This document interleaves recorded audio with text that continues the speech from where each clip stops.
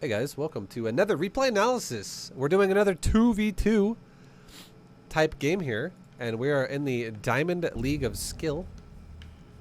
So we're seeing Champagne and Zogger once again. If I remember right, Champagne was Masters and Zogger was Gold. But I don't know. But you guys are in Diamond together, so bunch of ballin' badasses at the moment. We're gonna go from your team's perspective, and we're gonna see what you guys are doing. How's 2v2 going for you today? Let's see what you guys have adopted from last time and applied to this time. They're in a 2v2. I don't know if they saw their opponent's races before the game started or not, but I mean, it doesn't really matter either way. It's 2v2. There's lots of potential for everything regardless. You could get double all-in, you could get double macroed. Whatever, really. The fact that you're both fast expanding and you're both Zerg, I'm okay with it. I don't mind it. I like it. I like it more than one of you 12 pulling and one of you going for like double hatchery before pool, personally. Because this way you both have like a chance to be in the game still. Okay, we have your classic Speedling expand. I would say overall, I like Champagne's build a little bit more, just because he's a little bit faster at it.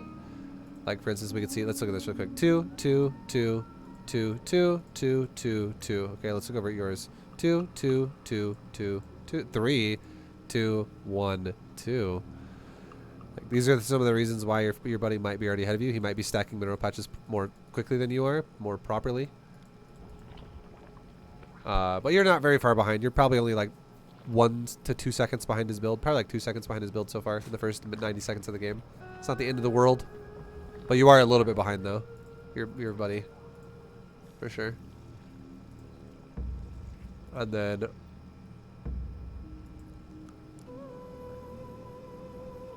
neither of you went for a gas priority, which I really like.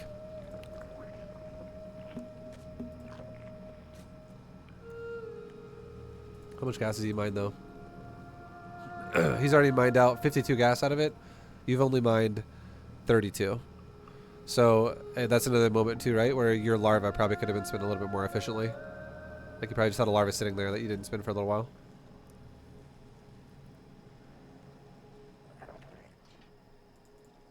But it's okay. I understand. Like, your buddy's Masters your gold. It's kind of expected. He's going to be a little bit ahead of you throughout the game. Now, let's stop talking about your opener of, like, the nitty-gritty opening, even though it is relevant. It'll help you get better at the game overall. Your buddy's doing a decent job, though. Let's talk about your scouting and ways you should go. The Zerg on the left should be the one scouting the left, and the Zerg on the right should be the one scouting the right. The reason why is because you don't want to crisscross your overlords. Because if you crisscross your overlords, you're going to waste a bunch of travel time that you don't want to waste, and you want to get your overlords to scout in and out as fast as possible. It gives your overlord the highest chance of not dying, because it means less time for units to be made, like Marines and Stalkers and whatever. So far your scouting is fine. I don't mind your scouting so far. I like it. Let's really focus on your scouting really quickly here. I want to see how you both scout, and we'll come back to this. So that was nice. You guys both confirmed there's a Reaper with your 2 overlords. You confirmed that there's an expansion here, and you confirmed that there's an expansion here. Now you need to turn the fuck around immediately once you see these. Both of you need to turn around. You don't need to... If you dive deeper than you are already going into his base right now, if you continue to dive, the chances of you guys losing your overlords increases. Because if this guy had made a Marine instead of a Reaper... So, I mean, I'm glad you saw the Reaper, too, because that tells you that there's a Reaper that was made. But if he made a Marine right after the Reaper, he totally could have done that. The Marine could be popping out of the racks, like, almost like right about now, honestly. But if, for instance, I'm going to talk about Champagne here. If he would have scouted this and saw the Nexus, and he would have done this to the Overlord. The second he saw the Nexus, goes like this. Immediate left turn. Go like this. Over to here. And then go down along the side. Down to, like, right here. That's ultimate best baller badass scouting by Champagne, because then you can reconfirm when you're here, making sure the expansion's still underway. You could even leave the Overlord like right there and see how fast they're saturating their expansion, or how fast they're leave the Overlord like right there, and you can see how fast they're taking their gas. Or you could dip into here and you could dip into the main for a second and then go right back out, and you can see, like, does he have this gas? Does he have tech in this area that you might be able to see that's relevant and stuff like that. So this Overlord going through, if it continues to go through, just gives it a chance to possibly die, which is not ideal. Let's watch it for a second here.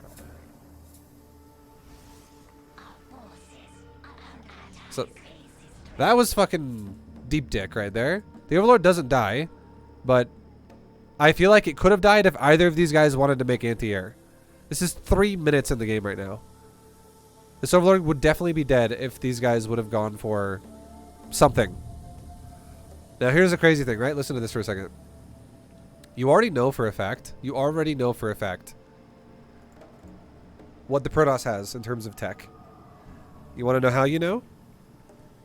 You know for a fact that the Protoss has a gateway and he has a core.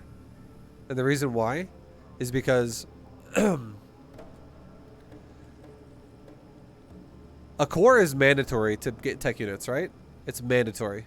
You have to get a core to get anything else. So every Protoss is going to make one. It's like saying a Zerg has to make a spawning pool. It's mandatory. Or a Zerg has to make a layer, essentially. But seeing how early this command center was, and seeing how early this barracks was, or this command center and this nexus were, these buildings are, essentially, you can tell that they already went for a building before they made these buildings. So when you're, watch this. When your Overlord gets here, right? And you go, he's got a nexus, I got a hatchery, it's already done, and my queen's already a decent way through. You can confirm that this nexus is not nexus first. It is not nexus first already, because if it was, it would be done already, because your hatchery's been done for a while, right? So it's definitely not nexus first. But you can say it's very likely that it was gateway into nexus because it is still almost done. It's very close to finishing. Now this guy over here, this is even later than this guy. Like this is like not even halfway done yet, or just about halfway done right now.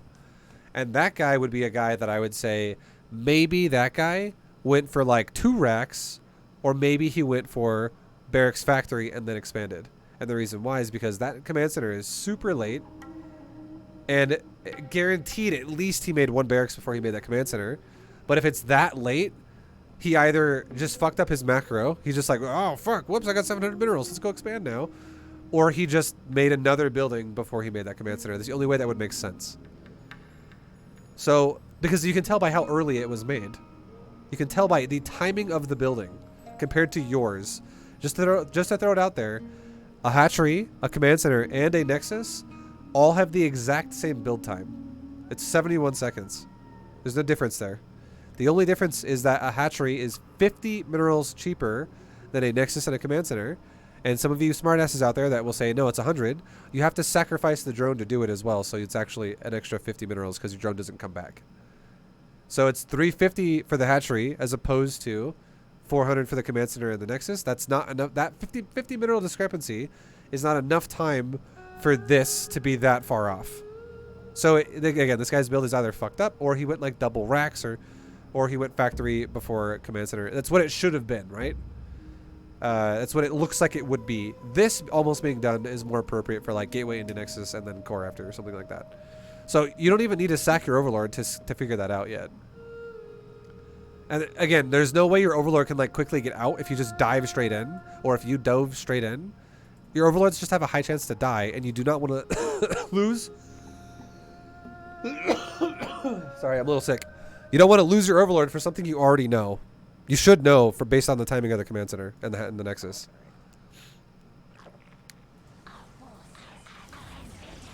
And then he leaves, and then that's fine. Because look at this. Let's look at their base for a second. Look at how much time goes by that they don't do anything. So watch the Terran's barracks, right? He makes a Reaper. Now watch the barracks. A Reaper spawns out 208. 208. He lifts it off and lands it and starts making a reactor finally at 233. This dude could have easily made a Marine. And he could be shooting your Overlords already if he wanted to. But he didn't. Now let's look at the Protoss. When does the core finish? Protoss's core finishes at 231. Or kind of 230. It's done. You can make a Stalker right now. It's 230.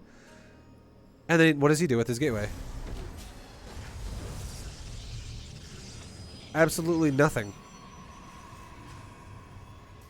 So you guys are just fortunate that these guys don't give a shit that overlords fly around their bases. They're just like, huh? Overlords are checking everything? Yeah, fuck it. We don't care. If these guys cared at all, your overlord should be dead. Like, these guys have zero emphasis on even trying to stop your scouting. So that's... Just know, though, you didn't have to see this way. You could have still seen this in a different way. Like, if this overlord would have came in this way... If this overlord would have, like, when it cut left, came down, you could have got back here and then scouted in this way. And you could have scouted into, like, right here and then pulled back. And your overlord would have had almost no chance, like, very low chance of dying. Because you would have come in from a sneaky angle that's more unaware. And if your opponent has, like, a Stalker and a Marine and they're chilling at the door, or they're chilling in between their bases over here, you know, like, it's just low chance that this would die. And he would still scout things he needed to scout. Same thing. So that's what I feel like he should have done. Champagne should have done. This is just risky, flying right through their fucking base. Now, you, on the other hand, let's talk about you now. Your overlord should have done this. Your overlord should go like this. Come down. And you see, right now, immediately turn as well. You go, oh, cool, there's a fucking command center there. You should have immediately gone like this. Cut this, like, cut left down, like, bottom right here. Go, like, southeast this way. And then once you, like, skirt around the edge here so that he can't see your overlord, come down like this. And then you can go through from, like, right here. Once you're, like, right here, you could just chill in this area. You could also poke to the left from, like, right here. Because this will be above, like, if you go, like, right through here, it'll be below this and it'll be above this. So, again, you could be in a potentially sneaky fucking location that is going to not be seen as easily. And you could potentially, if you wanted to, poke in like this and see what you can see, then try to get out. Or you could just fucking stay here as well. That's fine. Because here's the thing. You don't need to see their buildings to know what they're making. If you think about it logically, like we can tell, yeah, there's definitely going to be a gateway and a core now. Just one gate though, because it's not late enough on the Nexus to be multiple gateways yet. If there are going to be multiple gateways, they're going to be after the Nexus. And think about it like this. If someone's going to fucking all in you with a lot of gateways, and they're going to make them all right as they make the Nexus, they're going to only weaken their attack massively because they're making a Nexus. If somebody actually wants to make like 4 gates with the core, they're not going to fucking expand. They're going to attack you with 4 gates and a core. They're not going to go, oh, let's go Nexus with that. Because it's going to make the attack super weak if they invest a bunch of money into a Nexus and then also have to invest money into probes. Which is an initial... Like, that doesn't give you immediate returns, right? A Nexus, setting up an expansion is an immediate negative on your economy because you have to pay for it. But then the bonus is it pays itself off later and then gives you more money later on. Not right away. So if someone's going to all-in you and you see this, you already know they're not all-inning you. Because if they were, it's going to be very weak as opposed to what it could have been. Same thing here. You know this guy's not making like maybe 2 racks because it's a little bit late on the command center. But this guy doesn't have like 5 racks like Mass Marauder Marine all-in or something like that. That doesn't exist right now because he expanded. He's still expanded. So you should have an idea of what the amount of buildings they have right now. And I'm not telling you guys that you just automatically know, well, he's going to make a starport and this guy's going to make a Stargate. Like, you don't know that necessarily yet. But you could, that's why you could like skirt around and poke around and find out other things, like see their gas or things like that. That'll help you read what's going on. And you could also scout into their base then and really see what's going on. I really don't like how you guys just fly into their base like this. This is like so half-assed. And you're just asking to lose your overlords. Like, thank God your opponents don't make anti-air. I mean, it was a good scout. You guys literally scouted everything. You did scout the starport and the Stargate out of these guys. But it's because they don't give a shit. Like, these guys just don't care.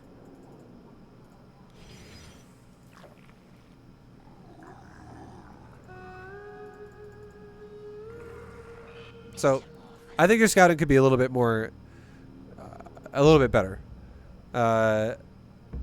Good job this game, but if you do this every game, you're gonna play people that will just, you're just gonna feed them 2 free overlords early on in a game, and seeing this is not worth. If you guys both lose overlords versus someone, a team who both expands like this, you're just setting yourself up for a weaker mid game. Is all it really comes down to. Like this is the last thing I'll say. Okay, this is the last thing I'll say. I'm gonna give you options. I'm gonna give you options. There are 3 things you could do. Number 3, the worst option you could do. Okay, the third option you could do, the worst one, is if you just don't lose your overlord because you just don't scout, and then you actually don't know what the fuck you're doing. If you can't read a game and you don't know what's going on, and you just decide, oh, I don't want to. Vibe said don't lose your overlord though. That is the worst thing you could do. So if what I'm telling you to do with the command center timing and the Nexus timing, if you still in your own game go, well, I don't fucking understand what that means, then just do this, what you just did. Just sack an overlord. Because this is still better than just never scouting. And then obviously the second option is what I just said. If you just fly with no fucks given deep into their base and go, well, let's just see what's going on, potentially risking your overlord's life right now, that's still better than not knowing anything. So that's like the mid-tier option, I would say. But the best option is being able to be a little bit sneakier with your overlords to increase the chances that they're not going to die. And then also, what's it called? Not losing them. Like like doing all the scouting correctly. Like actually reading what this means and being sneaky about it. And then still scouting shit, but trying not to lose your overlord. And then you can actually deduce like what it looks like they're going to do. And you can already tell these guys look like they're going to go Hellions in fucking Sky. Like Battlecruiser Carrier Hellion or some shit. It looks like what they're going to go for. And it is what it is. It's fine. It doesn't really matter. But so that's the best option, obviously. So I would say if you don't really feel confident, just do option 2. Just do what you did this game. Because what you did this game is not terrible. I just want you to know it could be better.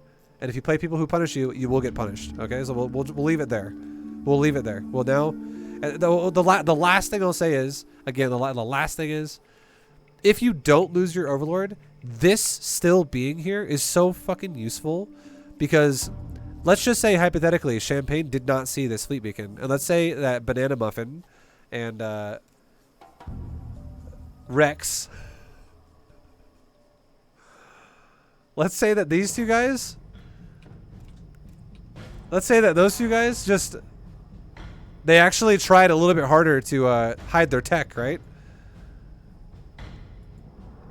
You could actually tell that they're going to do shit like this by seeing how fast they fucking take their gas. Like, look at this gas, dude. Are you fucking joking me? Like, look at this gas. This dude is taking fucking double gas with 6 probes on the mineral line at the moment.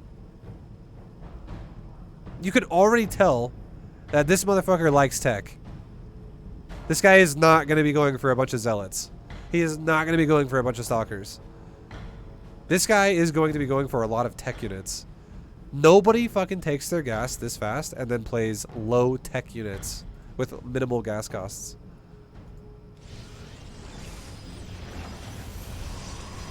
So if you have your overlord alive still, you can check things like that. Like, go check the mineral line and see...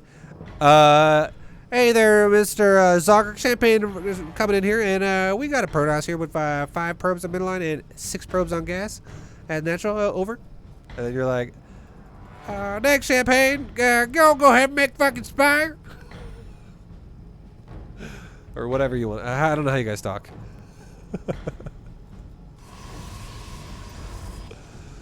Yeah, no, it's huge being able to scout their economy, honestly. It's pretty nice. So, like, the fact that your overlord's running away so far, too, I don't really like it.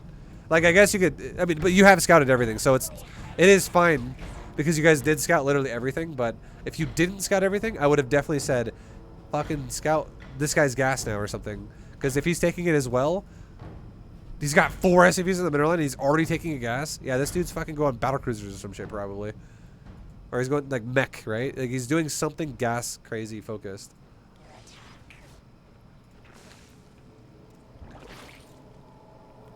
Yeah, let's talk about your builds. All right. Production. I want to see production. I want to see the production tab. You're going for a fast layer. Your teammate's going for a fast third base.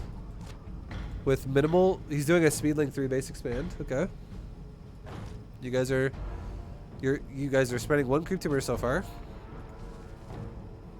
Towards your third base. I hope he spreads it this way and not this way. Because... if he's going to take a third there, he should honestly have put a creep tumor right there. Realistically. Because you want to guard your third, right? Yeah, so that's... I mean, it's nice to spread creep, but you want to protect this. Okay, one of you did it, so not bad. Well, at least one of you did it, so that's good. That's fine then. And now I don't mind your creep tumors.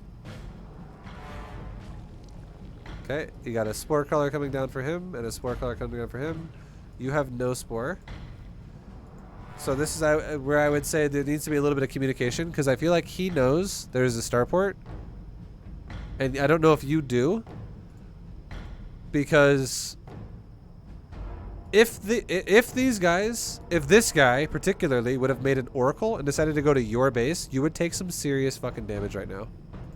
And so far, you guys have not confirmed what unit the Protoss is making. So, you honestly would. You guys need to talk to each other more, and I would say you guys both should have made spores when he made spores.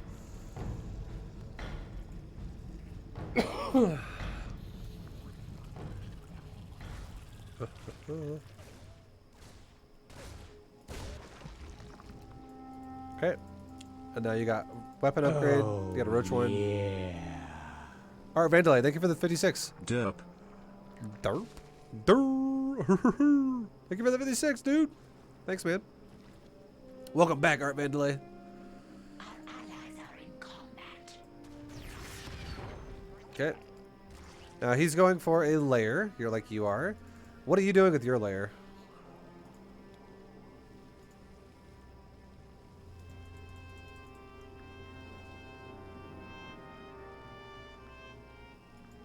Not much. He's got a decent amount of queens. I like it. I like it. I would say now, though, you not having spores at this point now is not that big of a deal. And the reason why is because Champagne is on both sides of you. He's like covering you from the like he's basically protecting the corner of the map. He's more exposed on every way. And if there's units that fly this way or units that fly this way, like your overlords will give vision of it, and the queens also are zoning a bit, and the Champagne's definitely like the meat shield here, I would say. Okay, now going forward, all right. So you not having spores is whatever at this point, but I feel like at this point now it's already after the fact. There would have been an oracle if they made an oracle, so that's kind of risky. Now, you guys are going for roaches with roach speed, and one of you is going for Lingbane with double evo. I don't know if I'm a fan of this. Based on what you're fighting against. You just scouted, like, you guys just scouted a starport and a stargate. And a fucking fleet beacon. And you guys are both going for ground units. Like melee or ranged ground to ground units. I would say, as long as, the only way this works now, the only way this works is if you guys never let them take another base somehow. If every time they try to expand again, you just overwhelm it and run them over, and then they run out of money essentially, and then eventually one of you get a spire, probably Champagne. Our allies are in combat. But the fact that both of you are going for ground armies versus double air tech openers is you have very little aggressive potential now, unless you mass.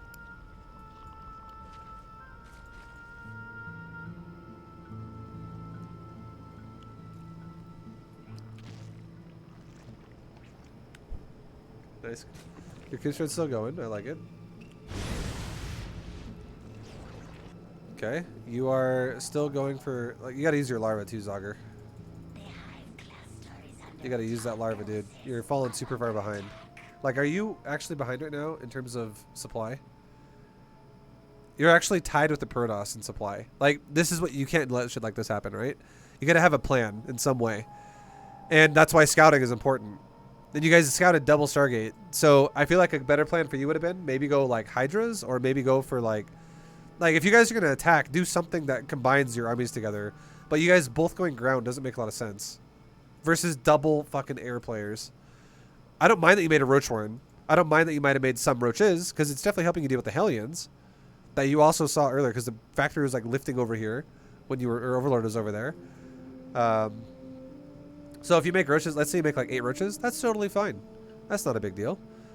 But you're like, the point I'm trying to make here is you're fighting against a Protoss who's going for a fucking straight in your face fleet. Like, you can still see it. You can still click the building. This is your vision. This is Champagne's vision of his Overlord. You can see the fleet beacon. And the guy going for a fleet beacon has as much supply as the guy going for Roaches. And that means that the Roach player is just not spending his money. Let's look at the Protoss player really fast. Protoss player going Skytoss. 55 minerals, 362 gas. Roach player, 1,700 and 550. You just, like, because again, if you were going Roaches versus someone who's going Skytoss, you cannot make those armies at the same speed. You could literally have like 130 supply of Roaches versus a Skytoss player that has like 80. Or something, or like maybe even like 140 supply of Roaches versus a Skytoss player that has 80. And if you wanted to do that, that would be okay. But again, because again, like I said before, if that was your goal, to go Roaches against someone who's going Skytoss, you need to like combine with your teammate, and you guys need to not let them expand anymore, because you can make that work if you starve them out. But if you just don't fucking attack or don't spend your money and you go Roaches as well, it's not going to work. Mutation.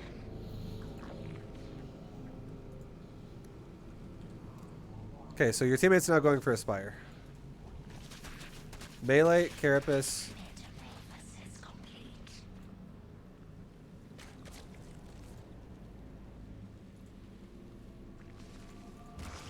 I want to know what the plan is for red here, for Zogger. Zogger, you gotta spend your larva more, dude. Your larva is fucked, like a lot.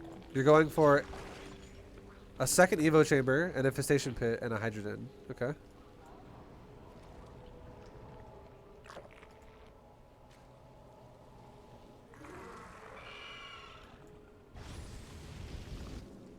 allies' base is Okay, so I think you guys need to understand something here really fast. In this game, because if you do not understand this concept, you're never going to win games. Hydra only works if you have more supply than your opponent. It really only works when you have more supply than your opponent.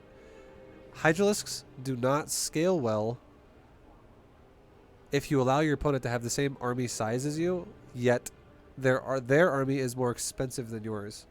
Hydras are actually on the relatively cheap side of tech supply. Roaches are definitely on the cheap side. Hydras are a little bit more expensive than Roaches are, but Hydras themselves are even still cheap units for the fact that they're 2 supply costing for tech units. They're cheap. And what that means is that you can have 100 supply of Hydras versus 100 supply of something else that's more expensive, and the Hydras won't do very well. They don't scale very well. So so what does this mean? Let me explain this like this, okay? You can have an army, Protoss, and then Zerg, right? Zerg. You can have an army for Protoss that is 100 supply. And you can have an army for Zerg that is 100 supply. Okay. The Zerg army might be pure Hydras. 50 Hydras. And the Protoss army might be pure carriers. which would be 16 carriers pretty much, plus like maybe 4 observers. Whatever. Who gives a fuck? Okay. And now you could say, okay, well, again, this is not going to be exact numbers, by the way, but let's just say the Hydra army costs 6,250 resources total. That's how much the Hydra army costs. This is a concept you need to understand. The Protoss army, that's the harder army to make because it takes longer to get it and it's more expensive. It's the same supply. The Protoss army is worth 11,000 resources. Okay. Jesus. So what this means is when you fight with the Protoss army fights the Zerg army, the Protoss army very likely could have a situation where like only maybe one of the carriers dies and like some of the interceptors die and then all the Hydras die. So basically what happens is when these two armies battle each other out, it's like, okay, Zerg loses like 100% loss for Zerg. And then for Protoss, it's only like a fucking like 30% loss for TOS, which means when the fight's over, Zerg loses 6,250 resources and Protoss only loses maybe like 3k or like 3.5k. Does that make sense? This is very real in StarCraft. You cannot make a unit that has a cheap cost and have it scale as good as a unit that is more expensive and takes a lot longer to make. Because here's the real reality of the situation. You know how long you could make 100 supply of Hydras? This is the final piece here. You can make this army in about 24 seconds. You know how long it would probably take you to make this army right here for Protoss? Probably like 4 minutes. On an average game. So if you're making an army that you can make in 24 seconds, at the same time it takes a Protoss player to make his army that would take him probably like 4 minutes to make that, you are missing the point of Hydralisks. Because Hydras are not supposed to scale as fast as carriers or other units that are way more expensive than them. You're supposed to be able to make them a lot faster, and the only reason why you're not, if you're not, is because you're just not macroing. And as we can see in this game, you have 2,000 minerals in the bank right now, right? You just got your third base saturated. It's not even fully saturated. You have 10 drones on the third, and you still have 2k minerals. So you are literally just not macroing. And right now, again, in Army tab, the Protoss actually is beating you by 10 supply. And what is the Protoss doing? He's just fucking making carriers. So you're actually making Hydras slower than he's making carriers. Which means there's a fundamental problem in your macro. For this game particularly. That's for you, right? And your teammate going Lingbane. I would say, honestly, not great either. And the reason why it's not great for your teammate is because your teammate is going for a ground army that is not going to handle against the air army very well. Like, his composition is kind of weak. Like, going for a Lingbane versus Skytoss and Mech. Not a great choice for Zerg there. Plus, on top of that, he's also below the supply of Skytoss player. The fact that you guys are both below the supply of Skytoss and you guys are both opening up with hatchery-based units. Like, neither one of you is going for a super fast tech building. Like, this Spire is coming up. It's on the way, right? But he didn't go 2 base or 1 base Spire. He went for like a 3 base and then a layer. Which means he's playing hatchery tech, or very heavy hatchery tech. Which is fine. I'm not saying there's something wrong with that. But if you guys are going to play like this, you need to fucking do something with your units. Versus a team that plays super safe. And like, let's just say hypothetically, this guy was going for Colossus or like Disruptors. And he was sitting on 2 bases and he's turtling really fucking hard. And the Terran player is going for mass siege tanks. I'd be like, yeah, you guys are doing fine. In terms of like, or like he is at least. Champagne's doing fine. You are having a problem with your macro, honestly, Zogger. Your macro needs some fucking work in this game. But Champagne would be doing fine if they were playing super turtly. But the fact that they're teching really hard and they're being greedy, and you guys are both opening up with hatchery-based units, roaches and lings, the fact that you guys are not pressuring their expansions is a massively missed point. Like, you guys are not playing the game properly how you should be. Your style does not work at all versus greedy tech players. It does work versus turtly safe players. For the way you're playing, the overall style you're playing right now. You cannot open up heavy hatchery and then just not ever scout or poke anything. While they clearly showed you they're teching like crazy. Like, you're missing the window to actually punish the game, like to control the game right now.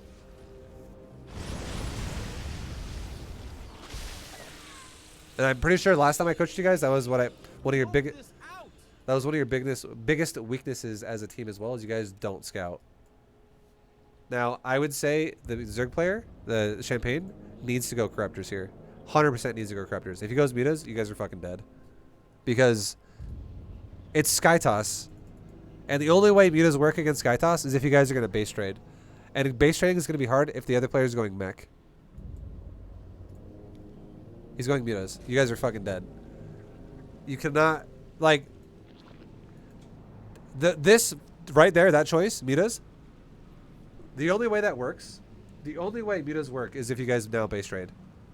If you have zero intentions to ever fight their army and you have every intention to kill their economy, that is the only way that this works from now on, for the rest of this game now, because Mutas aren't going to do fucking anything in the actual fight when they attack your base or whatever when the fight happens. Like, you're just going to watch all the Mutas die. Okay, so Champagne's attacking. Good job, good job by Champagne here to attack. I would say a little bit late though. Like, look at this base. It's already fully saturated. A little bit late, right? Like, the idea is you want to prevent this from even happening in the first place. Because this dude, I'm going to tell you right now, if this guy has had this base long enough to be fully saturated at it, this guy has paid for this base even if it dies. If you kill all these probes here, and you kill the Nexus, he still made more money at this base than what he spent into it. Guaranteed. Because that is a long time for this base to have been up by now. Like, look at these patches. 250, 250, 120, 230, 200 almost 300, like 250 again, another 300 there. Like, these patches have, they're juicy right now, super juicy. Now they haven't like made him a fortune yet, but he definitely has paid for what it cost. Like, what he loses here has been paid for, no problem. He could easily lose this and go, well, I mean, I don't want to lose it because I lose a fucking expansion, but I still paid for what died there. So all that means is it's still a good attack by the Zerglings, but it should have been earlier because you really want to prevent them from making that much money in the first place. It just means you guys, like, scouting finally at like 7 minutes and 40 seconds is very fucking late. But at least he scouted either way. This could have just got really bad if you guys never scouted. So good job by Champagne to do that. To be aware of this. And then now the Lings are dead. Which is whatever. And now what are you doing as the Hydra player? So you guys, you're going Hydra, right? That's what you're doing? Where's your army? You have almost 3,000 minerals. You're just not making units, dude. You guys are just dead. Again, the only chance you guys would ever win this game, and the position that you're in, is if you actually somehow got all your money spent into Hydras, and let's say right now you were actually at 200 supply. You're at 200 supply right now, and you're right here. You're barreling down into this base, like you're going up this ramp with like 45 Hydras. Or some shit like that. Maybe some roaches. Like 8 roaches and 45 Hydras. And you're just walking up this ramp right now. And your ally, Champagne, is over here with like 20 Mutas or some shit. That's the only way you guys would have a chance to win this game. And because you would need to break their bases, remake your Hydras and do it again. Remake your Hydras and do it again. Because what's going to happen, the way you're playing it, is you're going to sit here and do nothing until they max out. And when they max out, you wouldn't beat either one of them with just Hydras. Like, you would lose to the Terran, and you would also lose to the Protoss. If the Terran's going to go mech, and the Protoss is going to go Skytoss, Hydras don't beat either one of those armies if both of them are maxed out. Like, what I mean is, if Hydras are maxed out versus maxed out Skytoss, Hydras die. If Hydras are maxed out versus maxed out mech, Hydras die. And you're fighting both of those armies together. You're fighting Mech and Skytoss at some point in this game. And your Hydras are really going to die then. You could say the same thing about Mutalisk. Mutas don't beat either one of those armies either, when it's maxed versus maxed. Mutas need to be really... Mutas can work in a different way, though, if you're really creative about base trading them, essentially. If you break their economy down all over the place, because the one thing Mutas do have that's really good is they're very agile. They can fly over things, and they're really fast. But going Mutas also against Skytoss is kind of scary, because what if this guy just went for the Phoenix Anion Pulse Crystals, and then he just made like 12 Phoenix or like 15 Phoenix, then suddenly Mutas just die. So that's kind of scary too, right? But you guys, again, you're putting yourself in a situation where your army will never fucking win late game, and you're not taking advantage of early game to punish them before they can get there. So you're just doing nothing, and you're not making a power army that can deal with what they have later on. So you're going to die, essentially.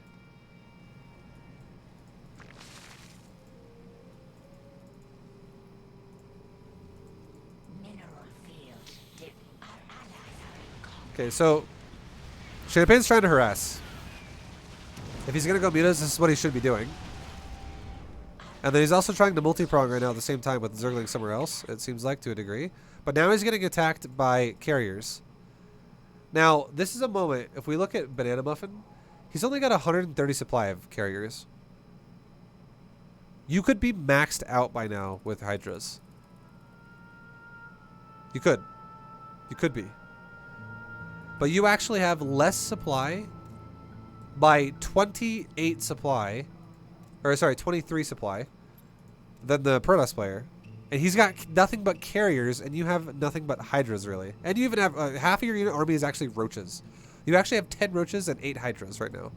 You have 8 Hydras at 8 minutes and 40 seconds. So, what's happening to you guys? Like, here's the one way that this could have went well for you. If the Protoss player is kind of silly and he's like, I'm going to go attack now with 130 supply of Skytoss. If you had enough Hydras here to stop this, you could actually defend this with Hydras if it's going to, because again, if you outnumber the Skytoss, you can actually beat it then. Because then it's not, there's no discrepancy then where this is the case right there. This one right here, sorry, right there. That's not going to be the case anymore.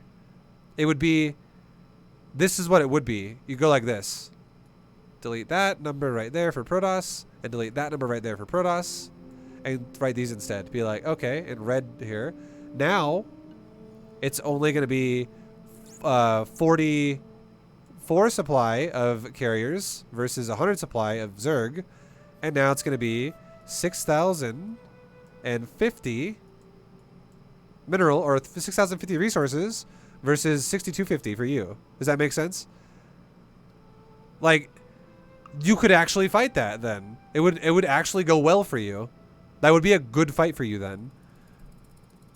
And you could defend this if you had enough shit. And then if you actually defended this, if you had enough shit there, your ally could actually kill a bunch of SCVs and probes if your Hydras were able to hold the line here. You just have not been spending your money at all, and you have so much resources with no army.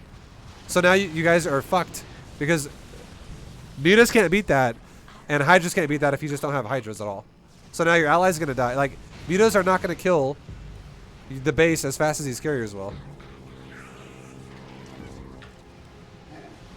Like, the Mutas are also dying slowly to the to static D and shit.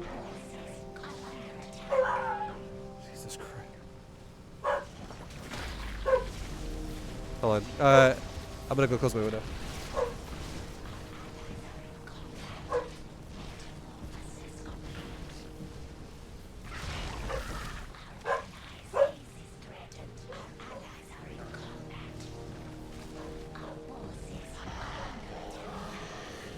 Okay.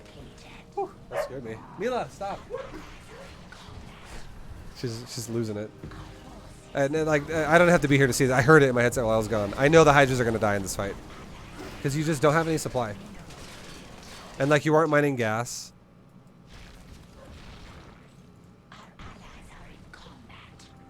And now you just saw how bad Hydras were, right? You, like, we'll back it up and look at it one more time. We'll watch the carriers just farm the Hydras, so we can really see what it looks like. So now look at the army. This is what we're talking about. This is right here. This is investment. These numbers represent investment of current army. This is 8,000 Protoss resources versus almost 5,000 Zerg. Remember what I said the first time? If Protoss has more investment than Zerg does with resources, Zerg is going to get shit on, right? And that's what's happening right here. This is what happens right here, right now. So Zerg moves in. And let's even look at upgrades. You're 2-0. His air units are 1-1. Okay? Now watch this. Watch these fucking carriers just farm you. There's even some corruptors rallying over here every now and again as well throughout the fight. But not a single Protoss unit died there. You did kill a couple of interceptors, but not a single actual unit for Protoss died there. You killed 0 units. 0. The only way you beat this is if you have more supply. Like if you're gonna fight the interceptors, you need to have enough Hydras to kill the interceptors as they are coming towards you, and you just delete them from the fucking face of the world here. And then you can then push them to the carriers while they're empty on their payload. Or if you want to dive straight into the carriers and focus fire the carriers, that also is fine. But there is no way, for people out there that might be confused, there is no way you could have microed your Hydras to win that fight because you didn't have enough of them. It wasn't like, oh, Zerg should have been focus firing carriers there. It wouldn't have mattered. If Zerg would have focus fired carriers, he would have killed 1 carrier and would have lost everything. If he would have focus fired a carrier and the Protoss would have counter microed that and pulled the carrier back as it got focus fired, he would have killed 0 units. Zerg would have killed 0 units because he just didn't have enough Hydras. You cannot beat an army of Skytoss with Hydras. That is, the Skytoss army is harder to make, yet there's more of it. You cannot fucking beat that with Hydras. You can't do that. Like, it's fucking impossible. The only way Hydras beat Skytoss is if you have something that is supporting the Hydras, like spellcasters, or like static D, which increases the supply or increases like the cost of your army by a lot. Or if you just have more supply, if it's just pure Hydras, you just need to have more supply than Skytoss. You cannot be outnumbered or equal. You have to have more. You have to outnumber them. And now, like I said before, like you just got fucking farmed, right? For all the reasons we just talked about. You just didn't macro Hydras at all. And now watch the okay, the mutas are all dead too. Where the fuck did the mutas go? Oh, they're still here. Okay, they're in the base. So now there's corruptors. Corruptors actually fight pretty decent against carriers. Corruptors actually do pretty decent against carriers. But the problem now that you guys have though is that your ally just lost his natural expansion. You just lost your natural expansion. Luckily for you guys though, I mean, like for Champagne, he's like relocating. He's doing a pretty good job of relocating himself, and he's trying to expand elsewhere. And he still does have 67 drones, which is still pretty respectable. But he doesn't have enough corruptors right now to win this fight. He just doesn't. He does not. So if he engages this fight right now, he's going to lose this fight.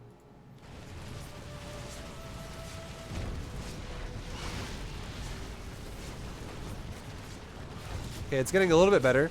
10 is a little bit better. He had 6 a second ago. Now he's got 10, a little bit better. But still, I mean, it's not enough though, because it's the same problem. Corruptors also don't beat carriers when you have less supply. This army is more expensive and more time consuming to make than these armies. Like, Zerg armies need to overwhelm your opponents. That's just how Zerg works. You cannot beat your opponent's army with Zerg by having less supply than them, because Zerg is all about massing and remaxing. The units Zerg has are actually pieces of shit. If you actually take one Zerg unit and you want each one Zerg unit to perform well, Zerg units suck ass. One Zerg unit is not going to scale as well, statistically speaking, as one Terran or one Protoss unit. The only exceptions to those units might be like a Lurker or like an Ultra.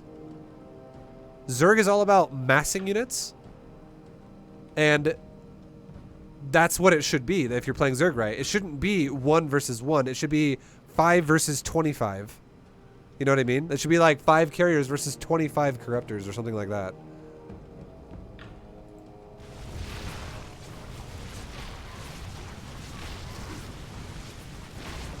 or Hydra or whatever. But I do. He is amassing more now. He's at 13, so I do think Champagne's gonna eventually hold this. Maybe it depends on how well he macros the other side of his bases and gets some more units out here. But he's doing a pretty good job so far, with all things considered. But then I would ask, what is happening with Mr. Zogger here? What is Zogger making? More Hydras. Like it's you guys are, again, you're fucked. It's beyond the point. If you had more Hydras here, this would not be happening in the first place. Because if you had 200 Hydra supply when this showed up, you could have zoned it out.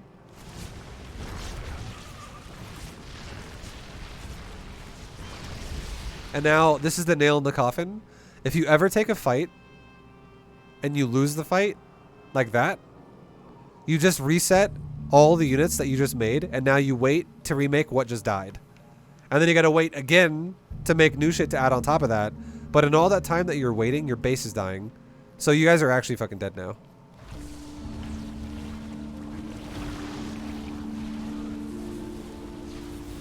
I think the biggest mistake you guys made was you guys did not stop this dude from being greedy by the fact that you guys both opened hatchery based, and you guys scouted they were fucking doing this from the beginning. Hey Vibe, I love you. Thanks for your help. I got to D2 just now for the first time. Yo, Tulok Horde, thank you very much for the 9, and congrats on the Diamond 2 promo. Thank you, dude. You guys are at ultra dead. Ultra dead now. You just don't have enough stuff. Like, I don't know why this Protoss is even focus firing right now. Why is he killing hatcheries and letting his carriers get attacked? I have no idea. He's crazy. This guy over micros carrier like crazy. Like, why is he attacking a fucking Spire again when he's getting fucking hit by queens repeatedly? I don't know. I don't question these things as much. But you guys definitely lost this game by the fact that you just never controlled their economies early on in the game. I mean, you did a little bit later on, but I just really think if you had more, there's a lot of things you guys could have done here. A lot of things you guys could have done here to make this better for you. If you guys are both going to open up the roaches and lings early on in the game, you need to make sure they're not being greedy before they even have carriers. It takes a while to make a carrier. You can't just pump out 10 carriers by the time a Zerg makes 10 roaches. So you guys missed the beat pretty hard on the early game.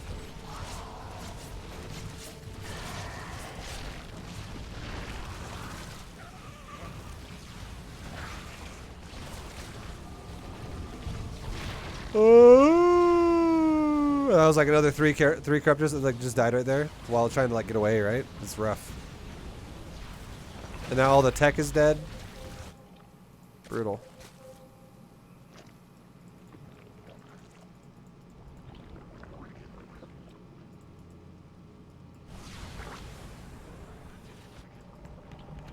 And again, there's just too much damage that happened too fast. And you guys just don't have enough time now to survive. You don't have enough time to survive. So I mean, you're absolutely dead now. I hope that makes sense though. You could have prevented this from happening in 2 ways this game. Really 3 ways. Number 1, both of you need to actually use what your advantages were this game in the early game. You scouted everything. Do not let them if your opponents are going to play really fucking greedy and you guys are both playing really safe.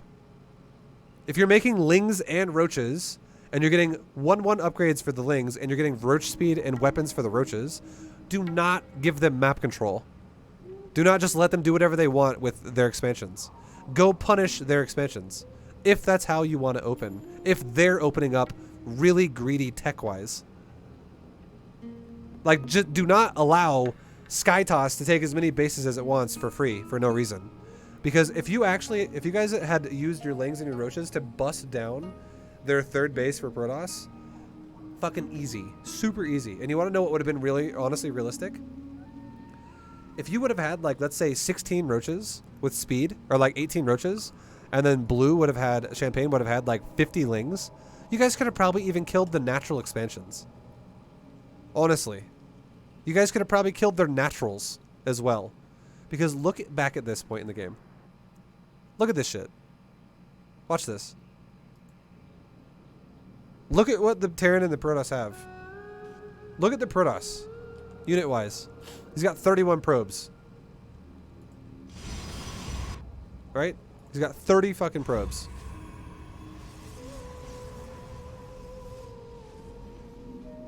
Okay, let's go for a little bit further forward. He's got a Void Ray. 1 Void Ray.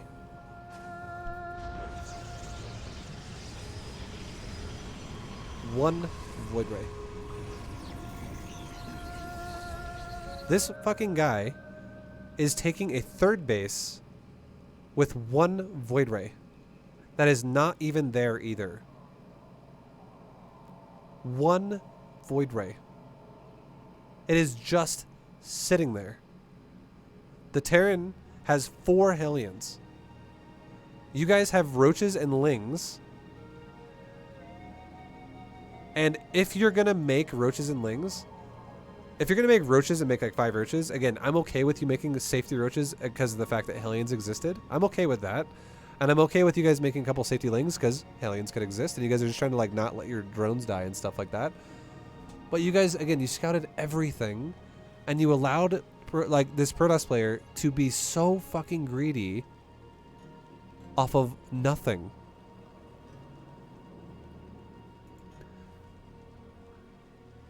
Like, this is probably the best way I can explain this. You guys are both playing standard, right? You guys are both playing standard safe. You're both playing super standard. Like, I'll make some Lings, I'll make some fucking Roaches. I'll get upgrades, me too. Let's protect ourselves. And you scouted that they're going for Sky Toss. You literally, you saw everything. You saw, you got your team, as a team, you guys saw this. The Overlord literally saw Stargate, Fleet Beacon, all this shit.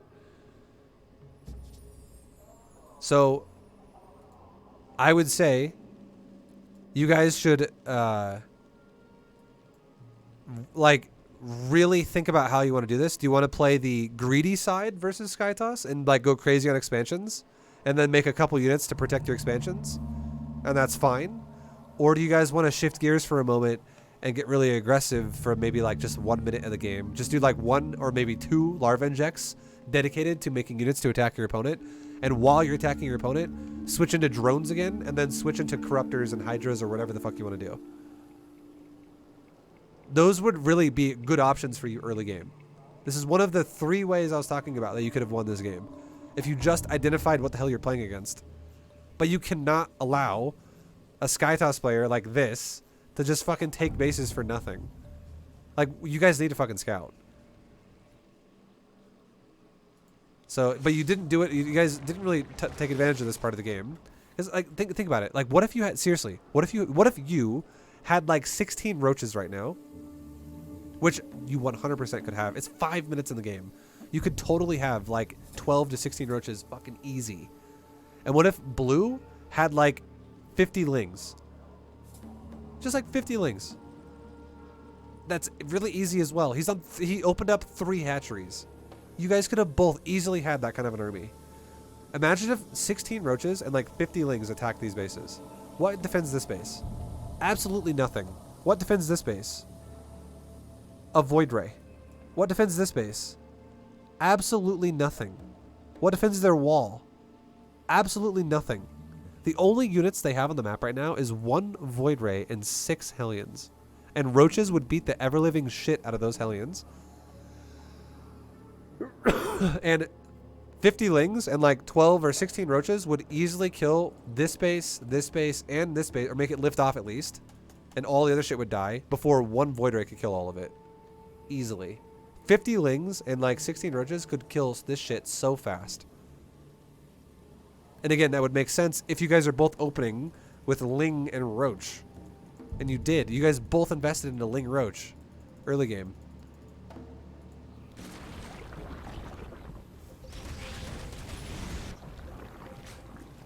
And then now here's the second part of the game that I think you guys lost the game at. It was when your ally made mutas. So if Zerg player Champagne would have just made corruptors, every single muta could have been a corruptor. Now look at how many corruptors there are. Or look how many mutas there are. This could already be 12 corruptors, right? This could already be 12 corruptors. Go forward a little bit more. This could now be 17 corruptors. This could be 17 corruptors right now. And he could have an 18th corruptor on the way. This could be 18 corruptors, pretty much, getting ready to deal with this. I'm going to tell you right now. 18 corruptors fighting 6 carriers. 18 corruptors can beat 6 carriers. And why is that? Because it's 18 versus 6. You're outnumbering with Zerg. That's what Zerg's supposed to do, right? That's what Zerg is supposed to do. Not to mention, if you actually went Hydras and you were supporting the corruptors with Hydras, and you were just killing interceptors, like let's say the carriers were like right there, and your Hydras were too far out of range to help the corruptors, but as the corruptors were getting ready to take the fight, the carriers, some of them maybe were shooting at some of the Hydras, and some of them were shooting at some of the corruptors, but the Hydras were like killing the interceptors as well, because the interceptors go further forward, and you're killing interceptors off of the corruptors while the corruptors are killing the carriers. Now, you guys would have easily killed the carriers that way. Easily. This is the second part of the game I think you guys lost, because you fucking knew it was Skytoss, and you ignored it. And then the third part of the game, so like now we're just going to bypass that. He went mutas, and it is what it is, right? It is what it is. He's trying to kill, he's going for the base trade, essentially. He's like, oh, fuck. I'm going to go mutas against Skytoss and kill the economy. Okay, so that's a plan, right? Can it work? Yeah, it can. It's harder, but it can work. And the only way it can work, and this is number 3, by the way. This is finally the third way you guys lost the game, the third big moment of the game that was fucked. If he's going to go for a base trade, you need to either join him, or if you're not going to join him, you need to have, like, you could either join him or not. It's totally up to you. But if you're not going to join him, and you're going to take a fight, you could have actually, like I said before, you could have defended this if you just had more Hydras. If you just actually were maxed out right now, which is very doable for Zerg. And the only reason why you're not is because your macro is just slipping. It's not great.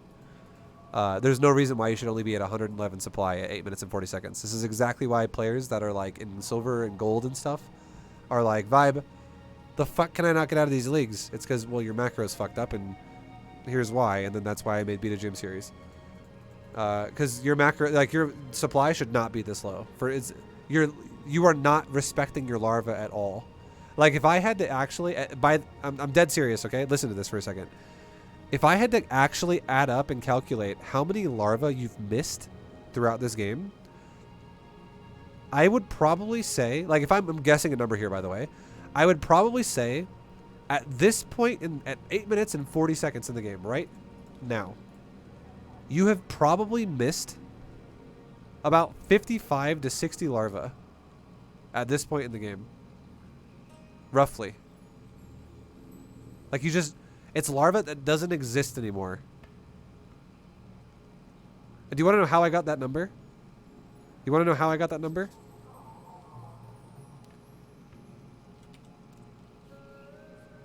It's actually even more than that, by the way. You could have 80 drones right now. Very easy. That's 17.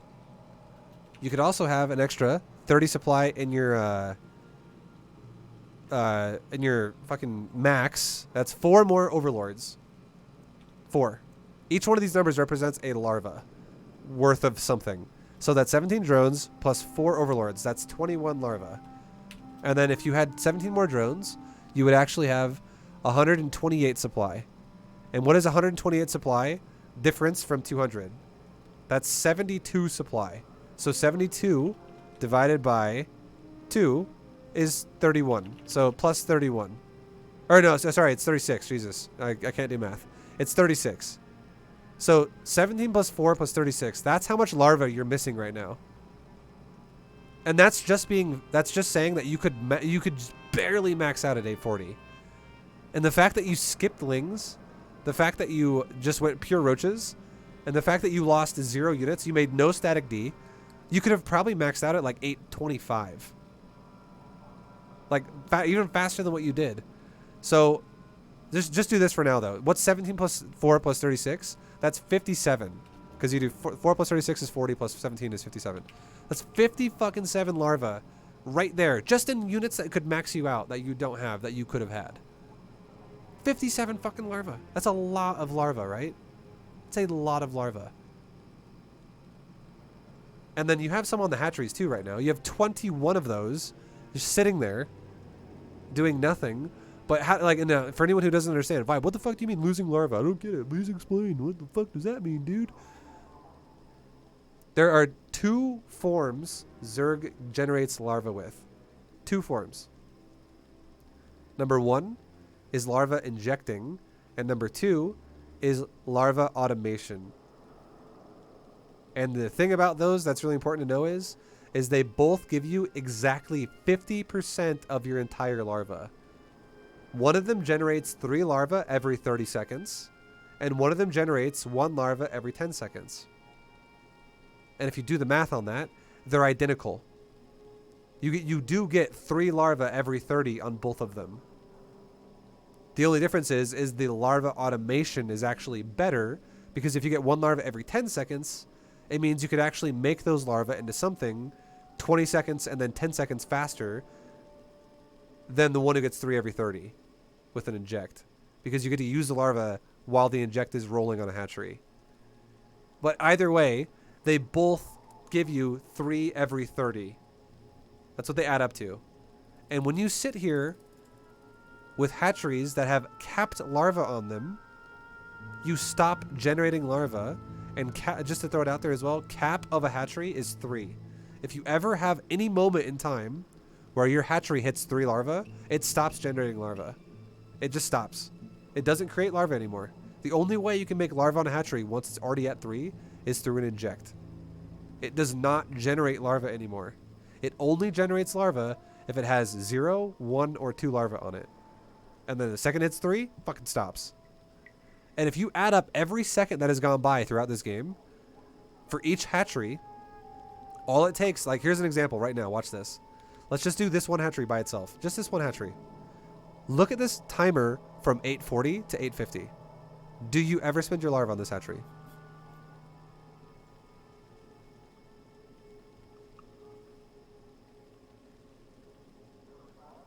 No. You didn't spend any larva in 10 seconds right there. And you know what that means? Just in that 10-second window alone, just on this one base we're looking at, you just missed a larva. Because you can't generate a larva. You don't ever get them back. It's not like suddenly, at one point in the game, the gods of Zerg, Kerrigan just drops 50 fucking larvae in your base and is like, here you go, this is what you missed. Like, you don't get it back. You never get it back. You just have to make do with what you have now, essentially, and try not to make more mistakes going forward. You never get the larva back. And that's just your natural. That's not even including the fact that your third base and your main base also have larva problems. So if you really think about it, let's just say you didn't spend any larva in 10 seconds on your natural, and your third base and your main base are also larva capped, you actually just missed 3 larvae, because it's 1 larva per hatchery. That shit adds up pretty fast, which is why I'm saying you have missed genuinely at least 57 larvae at this point. And it makes sense, because you could be maxed by now, easily. So, you gotta be really careful about spending your larva. I explain this concept for Zerg a lot in Beta GM, because a lot of people don't know that that's a thing. A lot of people think that larva for Zerg is all about your injects for your queen, and they're like, but I'm fucking injecting my hatcheries, bro, what the fuck? I'm doing a good job. What do you mean not spending my larva? I'm spending my injects. But that's only 50% of your larva. Imagine if you went to work tomorrow and 50% of your paycheck just got cut. And you were like, what the fuck is this? And they're like, oh, this is the parking fees that, you know, or whatever. Who gives a fuck what it is? But like 50% is a lot, right? The point I'm trying to make here is 50% is a lot. That was a horrible analogy. But you get the point. 50% is quite a large chunk of your entire amount. It's half of everything. And, yeah, it's pretty big. Taxes, man. God damn. But hopefully it makes sense. But, yeah, again, like the last thing I was saying, again, this is like the 3rd moment you guys lost the game. You just had nothing to defend this. If you, as the red Zerg player, had a Hydra army that was macroed decently to good, and you could have pushed this army back, you guys could have actually turned this game upside down on its head, because if they don't properly defend their base and the mutas kill a bunch of shit, if like the mutas actually kill all of their workers or so like a ton of their workers, and now you have a bunch of hydras that zone out the carriers, he doesn't have enough minerals now to consistently remake all the interceptors because it costs minerals to make them, and he doesn't have enough carriers as well to kill your hydras, so he gets stuck in like a bad spot, right, where he can't do anything aggressively, and then but defensively his economy's dying, so he can't keep making more units on top of that, and eventually you can just push with your hydras and then just go kill him, and then also the Zerg player going mutas could just make more units as well.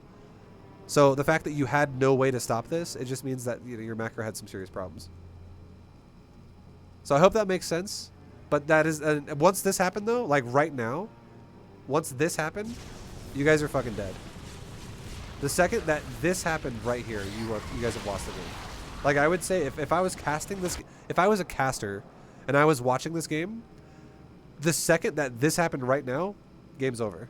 You have no chance to win now, because you are engaging this army with not enough, and you're guaranteed gonna die in that fight.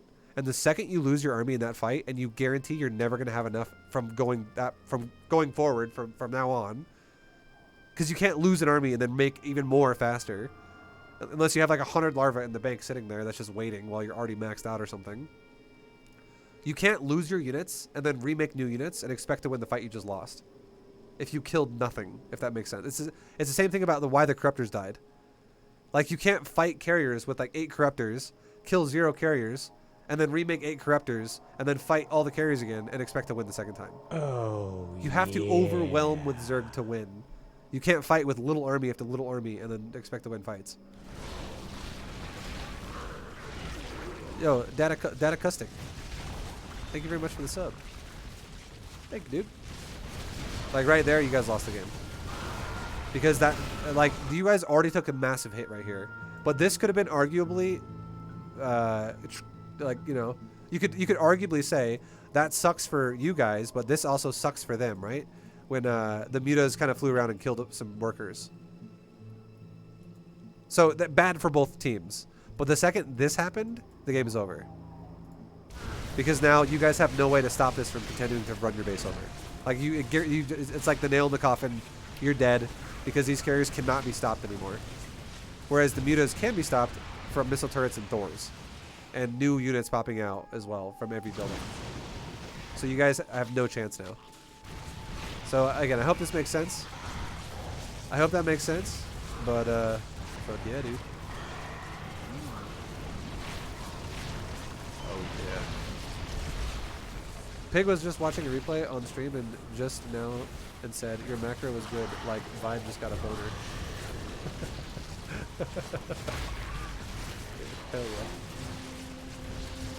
yeah.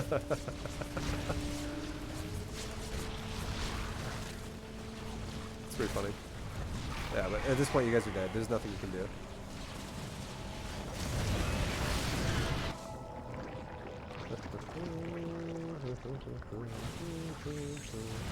So I hope this makes sense, Zogger. Thank you for doing it.